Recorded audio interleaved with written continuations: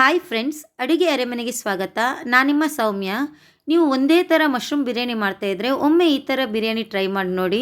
ತುಂಬಾ ಈಸಿಯಾಗಿ ಹಾಗೆ ಅಷ್ಟೇ ರುಚಿಯಾಗಿರುತ್ತದೆ. ಮನೆಗೆ ಯಾರಾದರೂ ಗೆಸ್ಟ್ ಬಂದಾಗ ನೀವು ಈ ಥರ ಉದ್ರುದ್ರಾಗಿ ಬಿರಿಯಾನಿ ಮಾಡಿಕೊಡಿ, ಅವರಂತೂ ತುಂಬಾ ಇಷ್ಟಪಡ್ತಾರೆ. ಹೇಗೆ ಮಾಡೋದಂತ ನೋಡ್ಕೊಳ್ಳಿ. ಅದಕ್ಕೂ ಮುಂಚೆ ನನ್ನ ಚಾನಲ್ನ ಸಬ್ಸ್ಕ್ರೈಬ್ ಮಾಡ್ಕೊಳ್ಳಿಲ್ಲ ಅಂದರೆ ದಯವಿಟ್ಟು ಸಬ್ಸ್ಕ್ರೈಬ್ ಮಾಡ್ಕೊಳ್ಳಿ. ಬನ್ನಿ, ಹಾಗಾದರೆ ತಡ ಮಾಡೋದು ಬೇಡ, ಹೇಗೆ ಮಾಡೋದು ಅಂತ ನೋಡ್ಕೊಳ್ಳಿ. ನಾನಿಲ್ಲಿ ಒಂದು ದಪ್ಪ ತೆಳೆದ ಪಾತ್ರೆನ ಇಟ್ಕೊತಾ ಇದ್ದೀನಿ. ಅದಕ್ಕೆ 3 ಟೇಬಲ್ ಸ್ಪೂನ್ ಆಗೋಷ್ಟು ತುಪ್ಪನ ಹಾಕ್ಕೊಳ್ತಾ ಇದ್ದೀನಿ. 3 ಟೇಬಲ್ ಸ್ಪೂನ್ ತುಪ್ಪದ ಜೊತೆಗೆ 3 ಟೇಬಲ್ ಸ್ಪೂನ್ ಆಗೋಷ್ಟು ಎಣ್ಣೆನೂ ಹಾಕ್ಕೊತಾ ಇದ್ದೀನಿ. ಇದೆರಡನ್ನೂ ಹಾಕ್ಕೊಂಡು ಸ್ವಲ್ಪ ಬಿಸಿ ಆಗಬೇಕು. ಎಣ್ಣೆ ಮತ್ತು ತುಪ್ಪ ಬಿಸಿ ಆದಮೇಲೆ ನಾನು 2 ಈರುಳ್ಳಿನ ಈ ರೀತಿ ಉದ್ದಕ್ಕೆ ಕಟ್ ಮಾಡಿ ಇಟ್ಕೊಂಡಿದ್ದೀನಿ. ಈ ಈರುಳ್ಳಿನ ಹಾಕ್ಕೊಂಡು ಫ್ರೈ ಮಾಡ್ಕೊತೀನಿ. ಈರುಳ್ಳಿ ಕಂಪ್ಲೀಟಾಗಿ ಕಂದು ಬಣ್ಣಕ್ಕೆ ಬರಬೇಕು. ಈರುಳ್ಳಿ ಕಂದು ಬಣ್ಣ ಬರೋ ತನಕ ನೀವು ಅದನ್ನು ಮೀಡಿಯಮ್ ಫ್ಲೇಮಲ್ಲಿ ಇಟ್ಕೊಂಡು ಫ್ರೈ ಮಾಡ್ಕೊಳ್ಳಿ. ಈರುಳ್ಳಿ ಇಷ್ಟು ಬ್ರೌನ್ ಆದಮೇಲೆ ಸ್ವಲ್ಪ ಈರುಳ್ಳಿನ ಎತ್ತಿ ಬೌಲಲ್ಲಿ ಹಾಕ್ಕೊಂಡು ಇಟ್ಕೊತೀನಿ. ಇದನ್ನು ನಾವು ಲಾಸ್ಟಲ್ಲಿ ಯೂಸ್ ಮಾಡ್ಕೊಳ್ಳೋಣ. ಹಾಗಾಗಿ ಸ್ವಲ್ಪ ಈರುಳ್ಳಿನ ಎತ್ತಿ ನಾನು ಬೌಲಲ್ಲಿ ಹಾಕ್ಕೊತಾ ಇದ್ದೀನಿ. ಇವಾಗ ಇದೇ ಪಾತ್ರಕ್ಕೆ ಬಿರಿಯಾನಿ ಐಟಮ್ಸ್ ಇದೆಯಲ್ಲ ಅದನ್ನೆಲ್ಲ ಹಾಕ್ಕೊಳ್ಳೋಣ.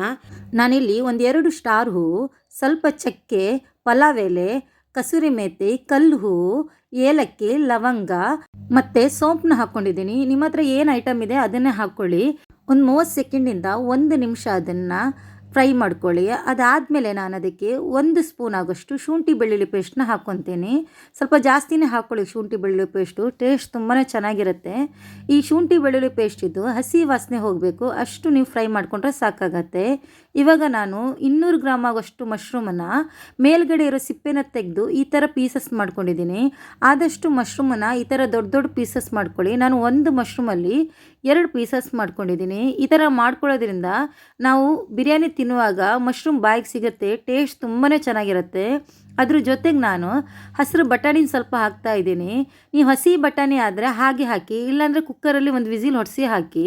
ಇವಾಗ ಖಾರಕ್ಕೆ ನಾನು ಒಂದು 3 ಹಸಿ ಮೆಣಸನ್ನ ಹಾಕ್ಕೊಂಡು ಇದನ್ನೆಲ್ಲ ಒಂದು ಮಿಕ್ಸ್ ಮಾಡ್ಕೊತೀನಿ.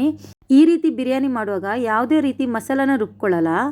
ತುಂಬಾ ಈಸಿಯಾಗಿ ಕ್ವಿಕ್ ಅಂತಲೇ ಮಾಡ್ಕೊಳ್ಬೋದು.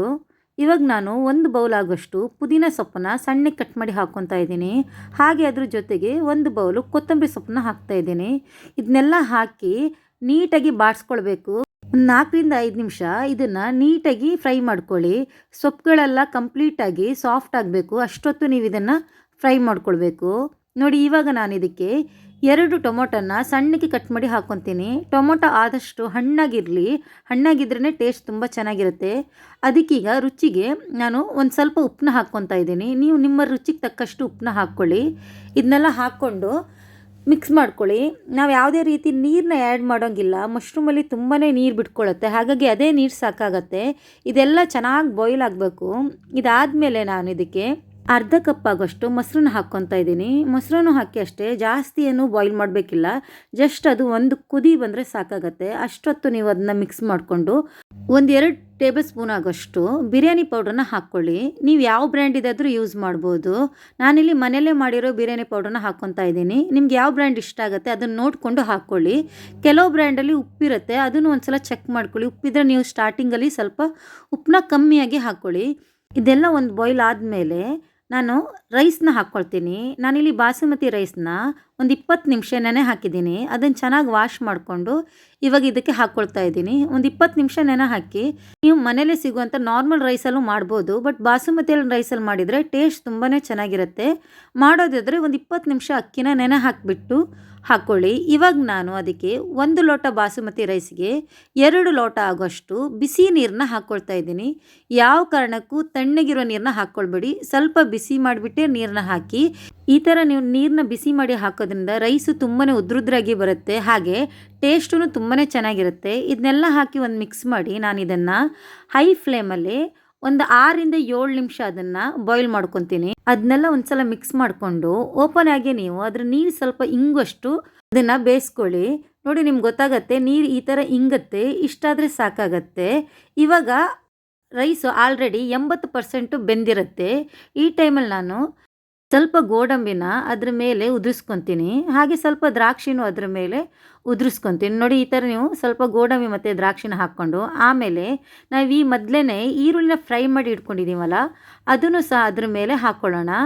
ನೀಟಾಗಿ ನೀವು ಸ್ಪ್ರೆಡ್ ಮಾಡಿ ಹಾಕ್ಕೊಳ್ಳಿ. ಅದಾದಮೇಲೆ ಸ್ವಲ್ಪ ಕೊತ್ತಂಬರಿ ಮತ್ತು ಪುದೀನನ ಎರಡನ್ನೂ ನಾನು ಸಣ್ಣ ಸಣ್ಣ ಪೀಸಾಗಿ ಕಟ್ ಮಾಡ್ಕೊಂಡಿದ್ದೀನಿ.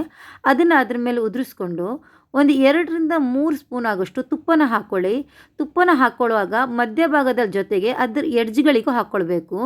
ನೀಟಾಗಿ ನೀವು ತುಪ್ಪನ ಹಾಕಿ ಒಂದು ಲಿಡ್ಡನ್ನ ಕ್ಲೋಸ್ ಮಾಡಿ ಲೋ ಫ್ಲೇಮಲ್ಲೇ 5 ನಿಮಿಷ ಅದನ್ನು ಬೇಯಿಸ್ಕೊಳ್ಳಿ.